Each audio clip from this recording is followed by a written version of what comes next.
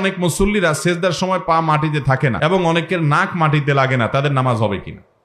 ভাইরা আমার, অনেক মুসল্লি এরকম আসলেই আছে যে 20-30 বছর ধরে নামাজ পড়তেছে, অথচ নাক কপালে লাগছে, মাটিতে লাগছে না, কপাল মাটিতে লাগছে, নাক উঠে আছে অথবা পা উঠে আছে।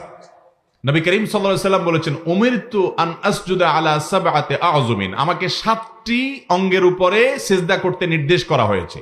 2 হাত, নাক, কপাল, 2 হাঁটু এবং 2 পায়ের পাতার আঙ্গুলগুলো, এই সবগুলোর উপর আমাকে সিজদা করতে বলা হয়েছে। এর কোনোটা যদি পুরো সিজদাতে একটুও না লাগে, আপনার নামাজ হলো না, ওয়াজিব তরক হয়ে গেল, আপনাকে সিজদা সাও দিতে হবে। হ্যাঁ, এমন হতে পারে যে পাওটা হঠাৎ উঠে গেছে, আপনি আবার নামায় ফেলছেন, তাতে অসুবিধা নেই, কয়েক সেকেন্ডের জন্য উঠে গেছে, সেটাতে সমস্যা নাই, কিন্তু নাকি লাগান নাই পুরো সিজদাতে, আপনার নামাজই হবে না, কারণ এটা ওয়াজিব 7টি অঙ্গের উপরে কি করা? সিজদা করা।